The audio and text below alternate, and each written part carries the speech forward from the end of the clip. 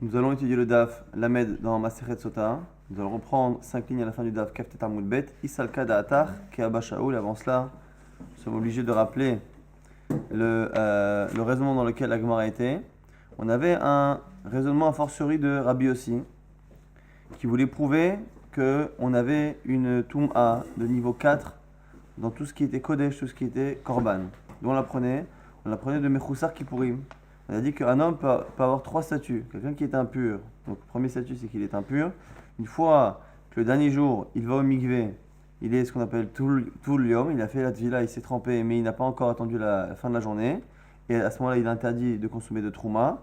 Et une fois que le soleil s'est couché, et qu'il n'a pas fait encore le korban, il est mechoussar kippourim. Il est pur sur certains points, il peut consommer de la trouma, mais il ne peut toujours pas consommer de korban tant qu'il n'a pas apporté lui-même le sacrifice qui est lié à l'expiation de sa faute. Et c'est de là que Rabbi Yossi faisait un kal vachomer. Si déjà un mechoussar kippourim, donc cette personne-là qui a le dernier statut dans le temps d'impureté, c'est-à-dire qu'il a fait le mikvé, la journée est passée, mais il lui manque encore le korban, il peut consommer la trouma, mutavi trouma, et on a dit que pasoul bakodesh, il ne peut pas consommer de korban. De là, on voit finalement qu'en général, de manière générale, le korban a une impureté qui est décalée d'un niveau par rapport à la trouma. Et donc, celui qui a impurifié la trouma, a fortiori qui va impurifier le kodesh. De ce raisonnement-là, on déduit finalement qu'il y a un niveau de plus dans les korbanotes par rapport à trouma. Donc, trouma arrive jusqu'à numéro 3, niveau 3, et kodesh jusqu'au niveau 4. La Gemara, Rabbi Yochanan avait dit, mais je ne comprends pas mon Rabbi Yossi, parce que Rabbi Yossi, il y a clairement un avis qui n'est pas d'accord avec lui, c'est Chachamim, on avait cité une braïta. Et dans la braïta, il y avait Abba Shaul. Abba Shaul avait dit qu'un tvulium, autant à la limite quelqu'un qui n'a fait que le mikvé, eh bien il pouvait à la limite donner une impureté de numéro 4 à justement au Kodesh, mais par contre, Chachamim là-bas disait que non, le Kodesh, c'est comme la Trouma, ça s'arrête au niveau 3. Et donc, on m'avait dit que bien que Chachamim ne disent pas ça. Donc, comment se fait-il que Rabbi Yossi puisse dire ça? La Gemara avait objecté sur cette objection. Rabbi Yossi lui-même est un Tana. Comme c'est un Tana, il a le choix de penser comme Rabbi Yossi, comme Chachamim, je veux dire, ou comme Abba Shaul. Le fait qu'il y ait une braïta avec un avis de Chachamim, un avis d'Abba Shaul, un qui est contre lui, un qui est avec lui, ne pose pas de problème à Rabbi Yossi. Il peut très bien penser comme Abba Shaul. Après nous, la halakha, on trancha comme Chachamim. Mais il n'empêche qu'il peut très bien ne pas être d'accord. Réponse de Rabbi Yochanan, c'est là qu'on reprend le DAF, donc 5 lignes à la fin du DAF Kaftet Amud Bet. Non, tu sais pourquoi je trouve que c'est une question? Parce que Isalka Da'atar ki Abba Shaul Zvirale. Si tu voulais dire qu'en fait lui pensait comme Abba Shaul, eh bien, au lieu de me faire un raisonnement a fortiori, il aurait dû apporter directement les mots de de Abba Shaul, qui lui-même dit qu'il y a un niveau 4 dans Kodesh. Là, il était les réveils Ba Kodesh, Mochel Sheba Mechamat Vulium, il aurait dû directement apporter la preuve d'un aliment qui a touché justement Tvoulium, qui était finalement exactement les mots de Abba Shaul.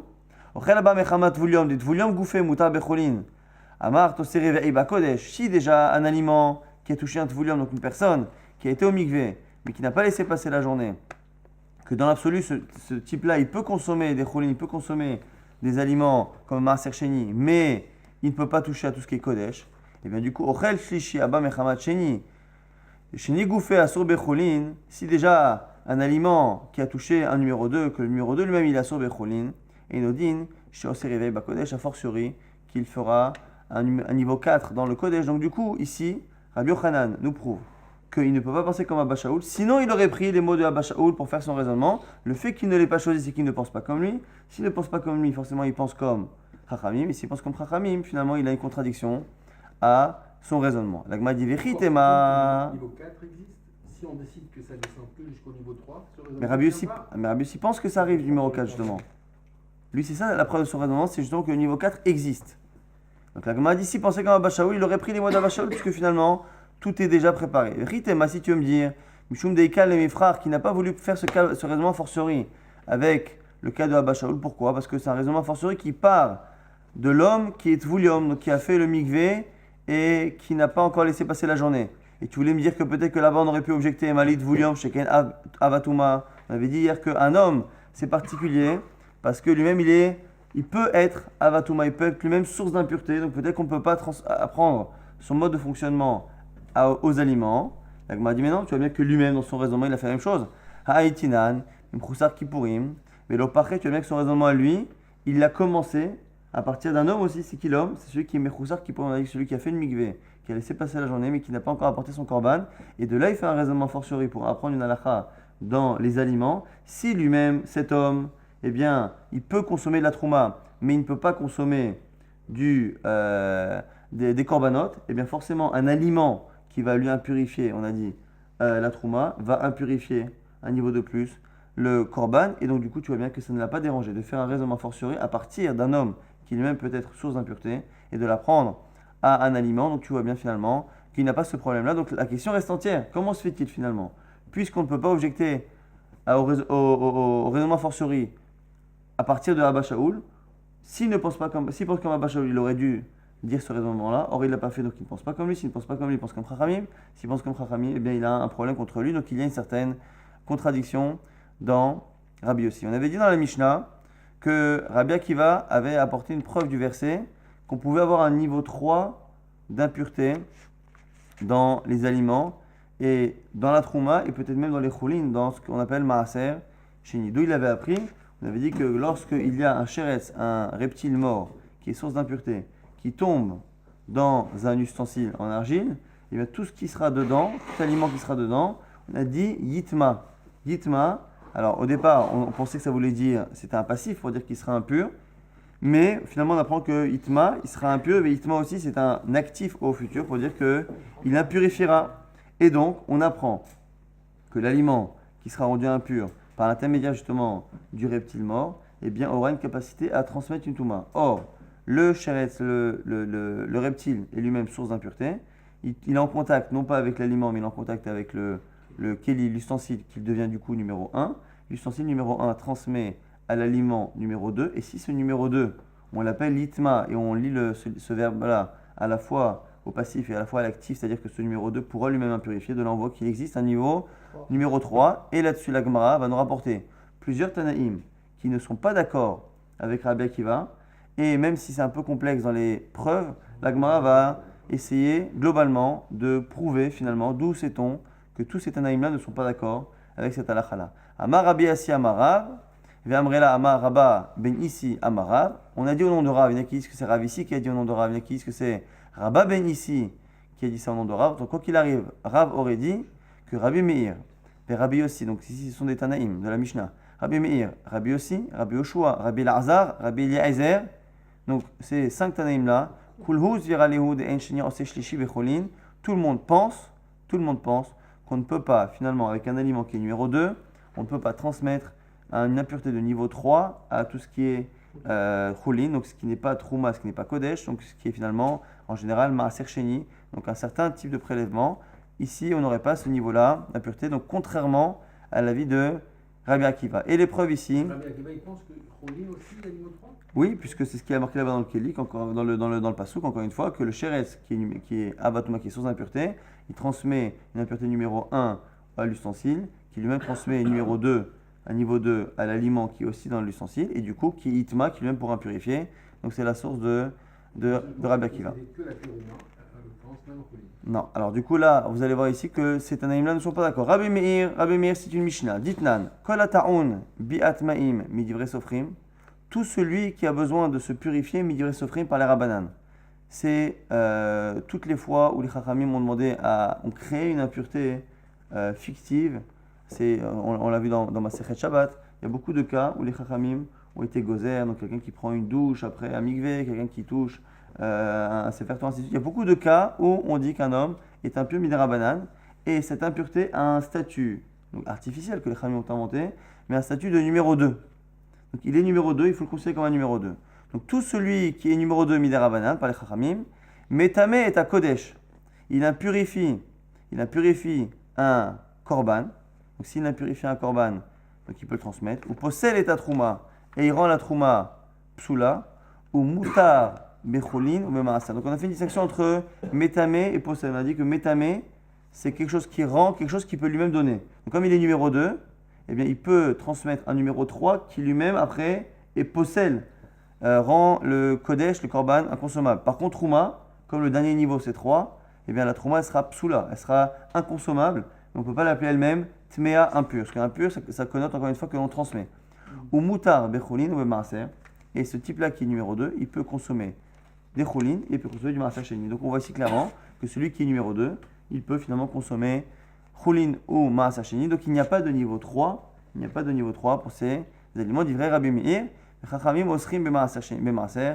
Et même Chachamim qui ne sont pas d'accord, ils ne sont pas d'accord au niveau de l'alimentation, mais ils ne disent pas encore une fois qu'il y a un interdit de toucher le Maaser Sheni. Et donc du coup, on a une preuve ici de Rabbi Meir, voire même des Chachamim qui ne sont pas d'accord avec lui, que finalement, ils ne pensent pas comme Rabbi Akiva, qu'ils pensent qu'il n'y a pas d'impureté numéro 3 pour tout ce qui est Cholin et Maaser. Mais Chachamim, eux, ils interdiront la consommation du Maaser Sheni. La consommation, mais pas le contact. Rabbi aussi, Hadamaran. Il a quel statut? Il a un statut particulier. Dans certains cas, il y a des interdits, mais beaucoup moins que la Trouma et beaucoup moins évidemment que le Kodesh. Il n'est pas Trouma. Non. Il est un petit peu Trouma. Exactement. C'est un premier niveau de sainteté. Le Kodesh. Rabbi aussi, Hade Amaran. C'est le raisonnement qu'on a fait avant. On avait dit tout à l'heure que le raisonnement a fortiori de Rabbi aussi nous permettait d'apprendre que de la même manière qu'il y a un niveau de Trouma qui va plus loin que le niveau de Choulin, eh bien il y a un niveau de Kodesh qui va plus loin que le niveau de Trouma. C'est ça le raisonnement fortiori finalement. C'était un double Kalvachomer qui finalement nous apprenait que si déjà Mechoussar Kapara, qui peut lui, maintenant qu'il a attendu le coucher du soleil, il peut consommer la Trouma, mais toujours pas de Kodesh, donc tu apprends qu'il y a un niveau en plus. Du coup, la Gemara nous dit d'où on sait que Rabbi Yossi pense que le Choulin ne peut pas être numéro 3, c'est que puisque finalement tout la Trouma et le Kodesh selon lui, selon son raisonnement fortiori, eh bien tout se décale d'un niveau, si la Choulin, donc le Maaser Sheni peut arriver à un niveau 3, c'est-à-dire que la Trouma arrivera à un niveau 4, et le Kodesh arriva à 5. Imité, là été les réveils Bitrouma, il aura un niveau 4 de Trouma, vers Hamishi Be Kodesh. Or tu vois bien que non. Et donc, du fait que son raisonnement ne l'emmène qu'à un niveau 4 d'impureté pour le Kodesh, est une preuve que finalement, le Choulin s'arrête au niveau 2 et n'arrive pas au niveau 3. Rabbi Yoshua, dont on l'apprend. Exactement. Ditnan, c'est une Mishnah. Rabbi Eliezer, Omer Rabbi Eliezer nous dit Ochel Rishon. Celui qui consomme un aliment qui est niveau 1, il est lui-même niveau 1, il devient niveau 1. Sheni, s'il consomme du Sheni, il est Sheni. Shlishi, s'il consomme le numéro 3, le numéro 3. Rabbi Yoshua Omer, Rabbi Yoshua dit un truc différent. Ochel Rishon ve Ochel Sheni. Celui qui mange quelque chose qui est numéro 1 ou numéro 2, et bien quoi qu'il arrive, il ne sera que numéro 2. Shlishi, si il est Shlishi, eh bien il devient Sheni Bakodesh. Il devient Sheni, c'est-à-dire qu'il devient numéro 2 pour transmettre au Kodesh. Ve'en Sheni Batrouma, mais pas par rapport à la Terouma. Et on voit ici du coup qu'a priori, il n'est que numéro 2 par rapport au Kodesh et qui a l'air de s'arrêter au numéro 3. Et en plus, la Gemara nous dit quoi? C'est quoi là-bas cette histoire de Trouma? Becholin Shinaasu Al-Tahara Trouma. On parle de Cholin, on parle d'aliments. Il est possible que les Chachamim ont laissé ce statut d'un homme qui prend un aliment qui est Chol et qui prend sur lui de le consommer avec toutes les rigueurs de la Terouma. Et on voit ici qu'on parle de Cholin Shinaasu Al-Tahara Trouma, comme c'est marqué à la fin de la Mishnah. Mais on ne parle pas de Cholin Shinaasu, de Cholin qui sont faits avec la rigueur d'être consommés comme des korbanot. La Gemara donc déduit Atarat Atrouma in, Atarat Akodeshlo. Pourquoi? Parce que nous on a un principe que le fait qu'un homme prenne des aliments qui soient chol, profanes, et qu'il prenne sur lui de les consommer comme de la terouma, ça peut marcher parce que les gens avaient l'habitude de faire ça. Mais par contre, le faire avec un aliment et dire que je le consomme exactement comme un korban, ça les gens ne le faisaient pas. Donc Batla Daratot Sel Kol Adam, son engagement finalement ne tient pas. Les Chachamim n'ont pas laissé ce statut-là exister. Et donc, puisqu'on n'a pas dit que ce cas-là existait, ça veut dire que c'est parce que ce cas-là, quelqu'un qui s'engage à prendre un aliment profane et à le consommer comme un korban, ça ne crée aucun statut. Donc l'aliment reste profane et tu vois bien qu'il n'y a aucun problème. Cette personne-là qui est finalement Ishlishi, eh bien il n'y a pas de... Et Isheni, je veux dire, il n'y a pas de problème ici par rapport à justement ce qu'on appelle Cholin, Atarat Akodeshlo, Alma Kasava, En Sheni, en Shlishi, Becholin. De là, on déduit qu'un numéro 2 ne transmet pas de Touma numéro 3 par rapport au Kodesh. Ce qui était marqué, donc encore une fois, Sheni Bakodesh Velo Shlishi. Donc on reprend la suite, encore une fois, des preuves de tous les Tanaïm, les 5 Tanaïm, qui ne pensent pas comme Rabbi Akiva. Rabbi Lazar, c'est une braïta d'Etania. Rabbi Lazar Omer, Shloshtan Shavin. Il y a une halakha équivalente à justement tout ce qui est korban, sacrifice, profane et trouma. C'est quoi? Shavin que quoi? Que Arishon, quelque chose qui est numéro 1. Une touma, un aliment qui est touma numéro 1. Eh bien, l'équivalent de tout ça, c'est quoi? C'est Sheba Kodesh, Sheba Cholin et Sheba Trouma. Au sujet de ces 3 types de sainteté d'aliments, Metame Shnaim. Eh bien, Metame Shnaim ou possède Echad Bakodesh. Il impurifie à 2 niveaux et il rend impropre à 1 niveau pour le Kodesh. Donc, on a dit qu'il est numéro 1. Il transmet 2 niveaux d'impureté. Donc, il est numéro 1. Il donne numéro 2, numéro 3. Et il les possède, il rend inconsommable le numéro 4. Quand dans quoi? Bekodesh, dans le sacrifice. Par contre, dans Trouma, Metame Echad ou possède Echad. Il n'impurifie qu'une génération, la numéro 2. Et la numéro 3 de Trouma sera plus impure, mais sera inconsommable, puisqu'elle ne peut pas transmettre. Et à la fin, on dit quoi? Ou possède Echad Becholim. Pour ce qui est Cholin, tout ce qui n'est pas donc Trouma, donc même à Sacheni, tout ce qui est Cholin, finalement, il ne transmet le côté inconsommable qu'à une seule génération. Donc il est numéro 1 à Rishon, et par rapport au Cholin, on a dit qu'il transmet à une seule. Donc le numéro 1 transmet au numéro 2. On voit bien qu'au sujet de Cholin, ça s'arrête à numéro 2. Donc ça, c'est la preuve que Rabbi Lazar ne pense pas comme Rabbi Akiva. Rabbi Eliezer maintenant, Ditnan, c'est une Mishnah. Et là, ici, pour mieux comprendre cette Mishnah, il faut comprendre le problème. On a ici une marloquette sur Rabbi Eliezer et Chachamim dans Chala. Donc ici, on a un problème. On a une personne qui a une quantité de pâte qui nécessite un prélèvement de Chala. Et la pâte s'est rendue justement impure. La pâte est impure. Donc s'il a rendu la pâte impure de manière involontaire, eh bien on lui laisse prélever moins que la chose de départ. Si par contre c'est volontaire, il doit prélever. Et Rabbi Eliezer a une halakha particulière. Lui pense que non seulement il doit prélever la quantité normale, mais il doit prélever la chala à partir d'une pâte qui est pure. Donc celui qui a une pâte même énorme de plusieurs kilos, qu'il doit prélever, mais qui finalement s'est rendu impur, il doit normalement créer une autre pâte qui est pure, la laisser pure, et vous allez voir ce qu'il va faire. Il va falloir qu'il prélève pour la pâte impure à partir de la pâte pure. Le seul problème que l'on a, c'est que pour pouvoir prélever, on est obligé de prélever minamoukaf. Je ne peux pas prélever d'une pâte pour une autre si les deux n'ont pas un certain lien. Il faut qu'il y ait une certaine homogénéité dans la pâte, et donc je ne peux pas prélever d'une pâte pour une autre. Donc comment faire pour faire en sorte que je puisse prélever sur le Rabbi Eliezer à partir de ma pâte pure pour ma pâte impure, en les liant toutes les deux, mais sans rendre impure l'autre pâte, parce que si je la rends impure, le problème ne fait que se décaler. Donc comment faire Rabbi Eliezer? Rabbi Eliezer Omer, Chala nitelet minateora ala tmea. La chala que tu dois prélever pour quelque chose d'impur, tu la prends sur de la pâte pure. Donc nitelet minateora, à partir de la pure pour l'impur. Ketzad, comment faire? Shte aisot, il a 2 pâtes, achat teora vachat mea, celle qui est pure et celle qui est impure. Notel kede chala, meisa shelo urma chalata, il prend de la pâte pure qui est toute neuve, donc on n'a pas encore prélevé, il prend l'équivalent de la quantité de chala par rapport donc à la pâte impure. Donc il a une pâte qui est impure, on a dit, il crée une nouvelle pâte. Dans cette nouvelle pâte, il prend exactement la quantité de chala qu'il faudrait prendre de l'autre, mais il ne lui donne pas le statut encore. Il la laisse comme ça. Venoten pachot mika betsa ba'emsa. Et il la met à côté de la pâte impure sans qu'il y ait de contact. Il laisse un petit écart. Et dans ce petit écart qui est entre les deux, il glisse une partie de pâte qui est pure, mais qui fait moins que la taille d'un œuf. Pourquoi? Parce que si c'est la taille d'un œuf, eh bien ça peut éventuellement transmettre. En tout cas, on voit ici, qu'est-ce qu'il va faire? Donc il va lier cette pâte impure et cette pâte pure par un intermédiaire. Et en la liant avec cet intermédiaire, il va réussir à un moment donné à faire en sorte que c'est une seule et même pâte. Et donc il va pouvoir à ce moment-là prélever cette fameuse chala et il n'y aura pas de problème. Et de là, on verra qu'il y a une limite dans la transmission d'impureté. Attends, la pâte impure, il ne la jette pas? Non, il faut qu'il prélève. Venoten pachon mika betsa ba'emsa.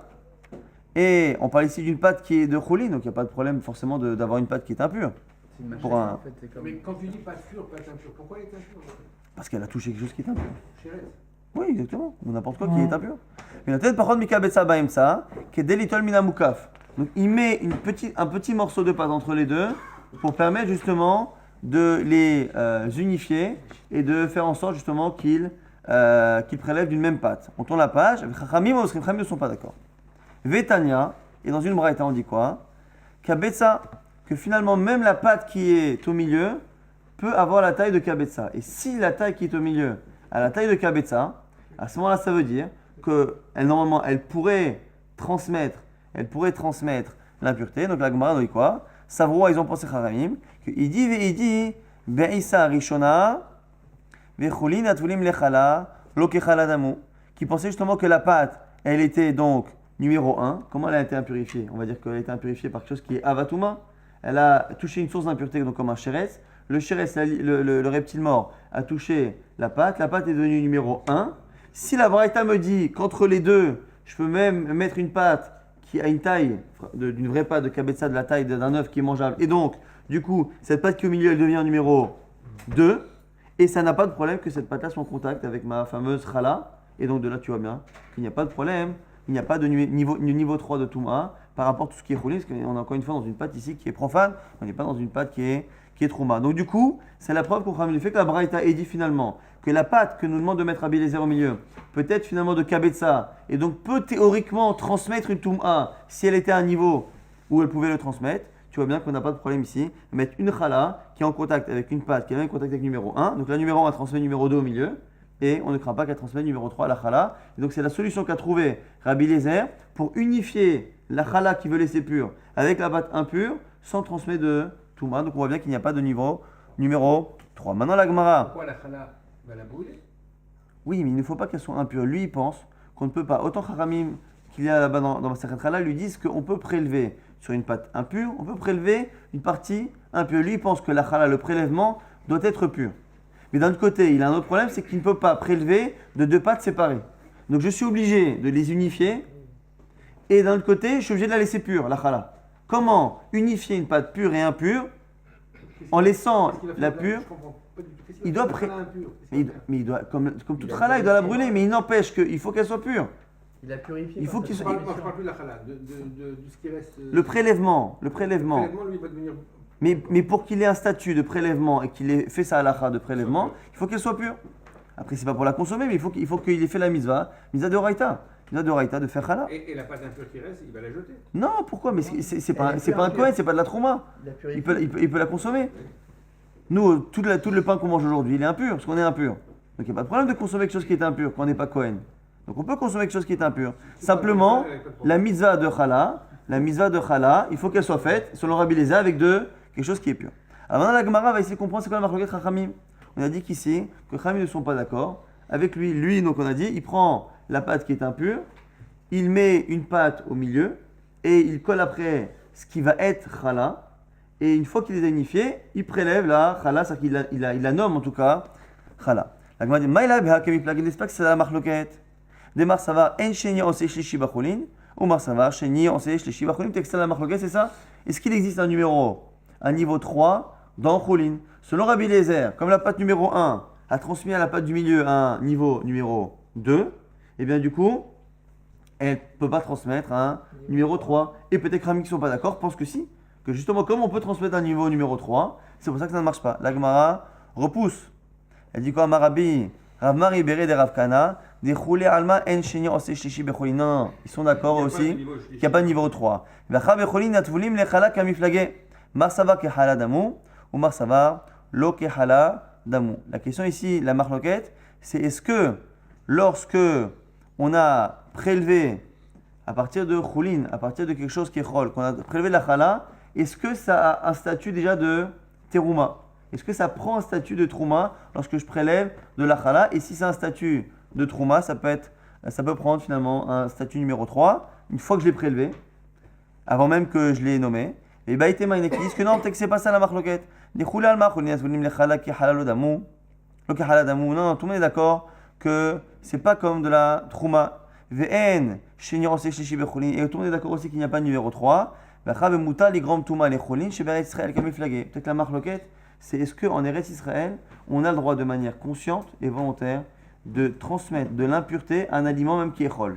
On a dit qu'un aliment qui est chol, qui est impur, on peut le consommer. Mais est-ce qu'on a le droit de créer de l'impureté? Or là, ici, pour pouvoir unifier ma pâte, j'ai été obligé finalement de sacrifier, entre guillemets, une pâte qui est au milieu, de la mettre au milieu, de la rendre numéro 2, pour qu'elle fasse écran avec ma challah. Alors même si je peux la consommer, la question c'est est-ce qu'en Eretz Israël, j'ai le droit d'impurifier un aliment? Le consommer lorsqu'il est impur, oui, quand je ne suis pas Kohen. Mais, par contre, l'impurifier, est-ce que j'ai le droit? C'était ça la marque de Mas, ça va, Moutaligram, Touma, les Cholin, chez Israël. Rabbi Eliezer pense qu'il n'y a aucun problème, même en Eretz Israël, de transmettre de la Touma. Donc du coup, c'est le mode d'emploi. Comment tu fais? Tu mets une pâte qui fait écran et qui prend la Touma numéro 2. Ou Marsava Khamim pense justement que Assour, les grands Touma, les Cholin, chez Israël, on n'a pas le droit de transmettre de la Touma dans une pâte, même Chol en Eretz Israël. Donc c'est pour ça qu'il y a une discussion. Bon, Bayam Darash Rabbi Akiva, on avait vu dans la Mishnah qu'on avait une marloquette Rabbi Akiva par rapport justement aux limites des villes des Lévi'im. D'un côté, on nous dit que c'était Elef Ama, et une fois on me dit Alpaim Ama, 1000 Ama et 2000 Amot. Comment c'est possible d'imaginer que la limite qu'il y a autour de la ville c'est 1000 et 2000? Comment c'est possible? Eh bien, il y avait une marloquette là-bas. Est-ce que c'était finalement 1000 pour tout ce qui était justement la partie non habitée autour de la ville qui sert finalement de patio entre l'extérieur et le début de la ville, et les 2000 c'est quoi 2000? C'est l'halakha du troum de Shabbat, c'est la distance que l'on ne peut pas dépasser pendant Shabbat. Et l'autre avis disait non, c'est pour un endroit où il n'y a pas d'habitation, et les 1000 autres mètres c'est pour mettre finalement des arbres et des vignes et des choses pour faire joli. Alors il m'a dit, mais mec, plagué, pourquoi ils discutent? Un il dit qu'il faut mettre des arbres, l'autre il dit c'est Shabbat, pourquoi ils sont en discussion? Marsavar, Tromim, Midoraita, Marsavar, Midarabanan, c'est une marloquette énorme. Est-ce que l'interdit de sortir du Troum, le Shabbat, donc des 2000 Amot, est-ce que c'est une halakha de la Torah ou une halakha des sages? Celui qui pense que c'est une halakha de la Torah, il faut qu'il trouve une source. Donc la source de Rabbi Akiva, c'est quoi? C'est justement le fait qu'une fois la Torah parle de 1000 Amot, une fois elle parle de 2000. 1000, c'est par rapport à la construction technique de la ville, et 2000, c'est par rapport à la halakha de Shabbat. Celui qui préfère dire que les 2000, c'est pour nous indiquer ce que l'on faisait au niveau, encore une fois, décoratif, c'est parce qu'il refuse de dire que c'est de Raïta. Donc comme c'est des Rabbanan, il ne peut pas y avoir de source dans la Torah qui parle de cette halakha de la Torah.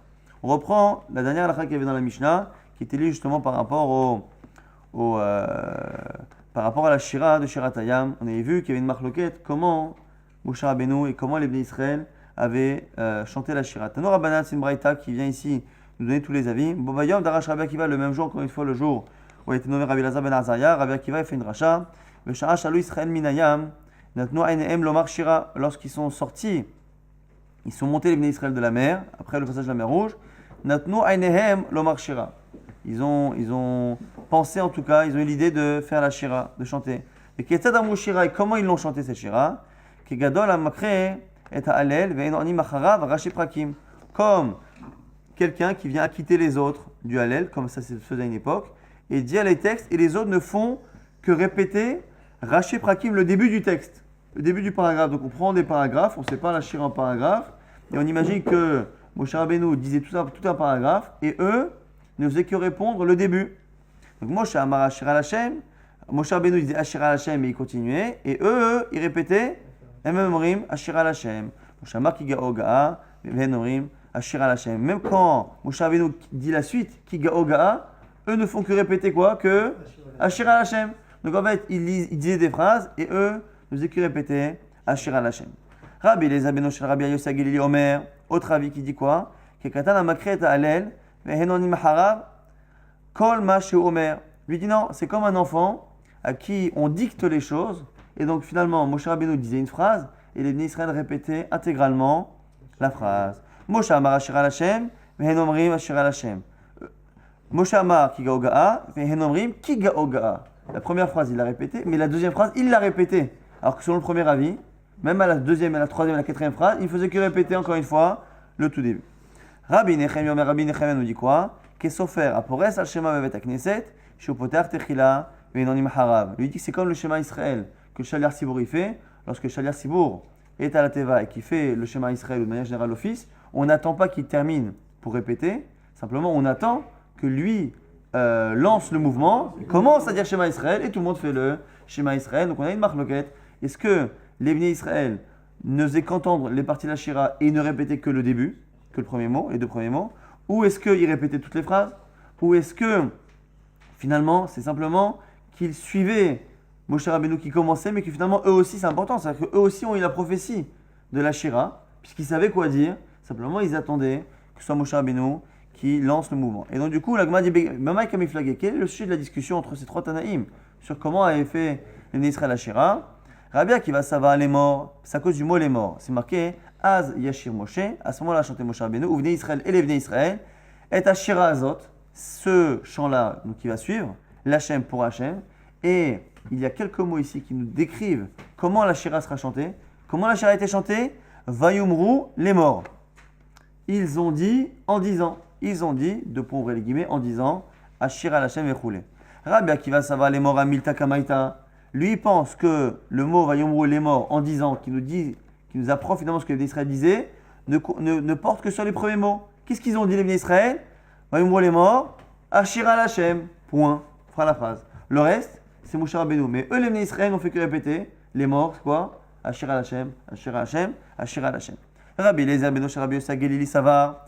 Les morts, Kol Mita ou Mita. Lui, il pense que les morts, ouvrez les guillemets, il porte sur toute la Shira. Toute la suite de la Shira jusqu'à la fin, là-dessus, les Bnei Israël, Vayomru, ils ont dit les morts en disant, et ils ont répété. On avait dit que c'était du les morts qu'on apprenait la répétition. Vayomru, ils ont dit les morts en disant, c'est-à-dire qu'il y a un qui dit et l'autre qui répète. Est-ce que ça porte sur les deux premiers mots Shira Hashem, ou est-ce que ça porte sur toute la Shira? C'est la marque locale ici des deux premiers taïms. Mais Rabbi Nechemia, ça va. Rabbi Nechemia, il pense qu'il n'y a pas eu de répétition. Parce qu'il y a marqué Vayomru, ils ont dit. Si on avait dit Vayomer, ou Vaydaber Hashem el Moshe, les morts. Ou Vayomer Moshe, les morts. C'est ce qu'on dit en général. Il lui a dit répète. Il a dit fais répéter. Or ici c'est marqué ils ont dit. Donc Rabbi Nechemia dit c'est vrai qu'il y a une notion de répétition, mais de l'autre côté il y a une notion qui donne l'impression que c'est eux qui ont dit en premier que Moshe et les Bnei Israël, Vayomru, ils ont dit. Donc comment c'est possible qu'ils aient dit en premier avec Moshe Rabbeinu et d'un côté qu'ils aient répété? C'est qu'en fait Moshe Rabbeinu a commencé et eux lui emboîtaient le pas comme s'il répétait, mais en fait il ne répétait pas parce que finalement il faisait la Shira avec lui, simplement avec le décalage de lui laisser encore une fois les premiers mots. Vayomru d'amo kulhu be'ade adade.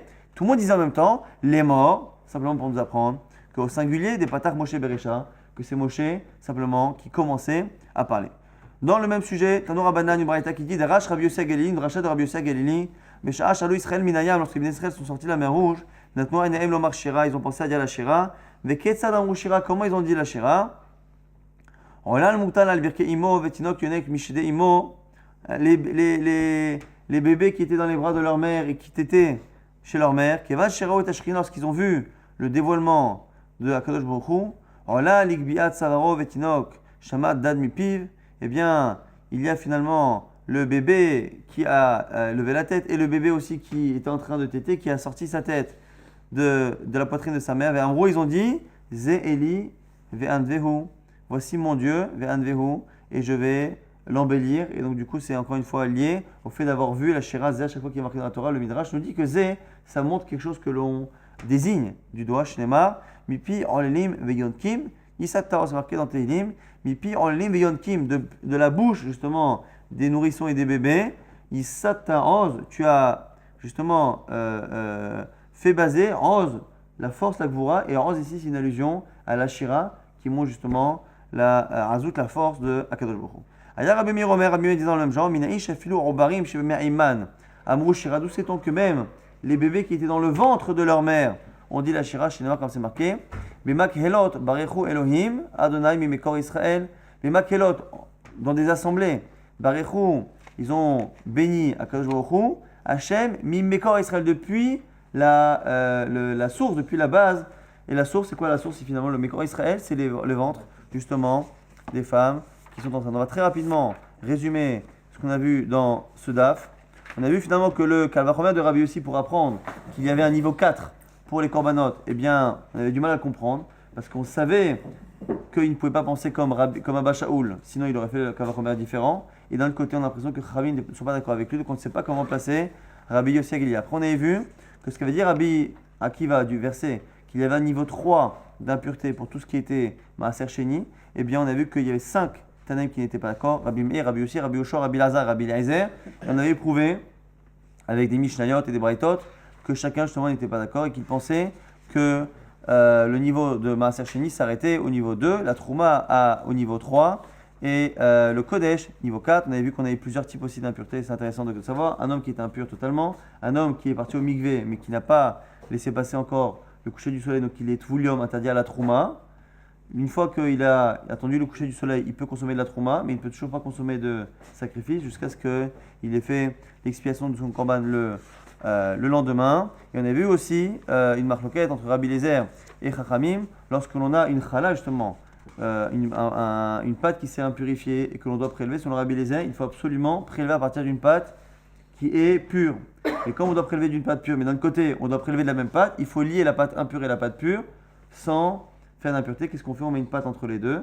Et du coup, la pâte qui était impure numéro 1 transmet numéro 2, mais ne transmet pas numéro 3. Et Chachamim, on avait dit, Chachamim, finalement, il n'était pas d'accord. Et c'était lié à une grande marloquette. Est-ce que l'on a le droit en Eretz Israël d'impurifier les aliments de manière volontaire ou pas? Selon Rabbi Eliezer, oui. Selon Chachamim, non. On avait terminé avec une marloquette Tanaïm qui était citée dans la Mishnah, mais qui était plus développée dans la Braïta.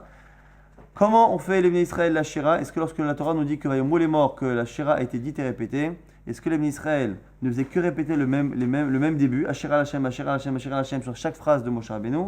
Est-ce que finalement ils répétaient tout que Moshe Rabbeinu a dicté, donc le les morts porte sur toute la Shira? Ou est-ce que finalement c'est juste Moshe Rabbeinu qui a commencé et eux ont eu la même prophétie que lui? Ils ont dit la Shira en même temps que lui, simplement ils ont laissé Moshe enclencher. Et on est terminé avec des Midrashim qui montraient finalement que les bébés ont vu la Shrina justement au moment de la sortie de la mer Rouge, et que même ceux qui étaient dans le ventre de leur mère ont participé, entre guillemets, encore une fois, à la Shira de Azeh Moshe.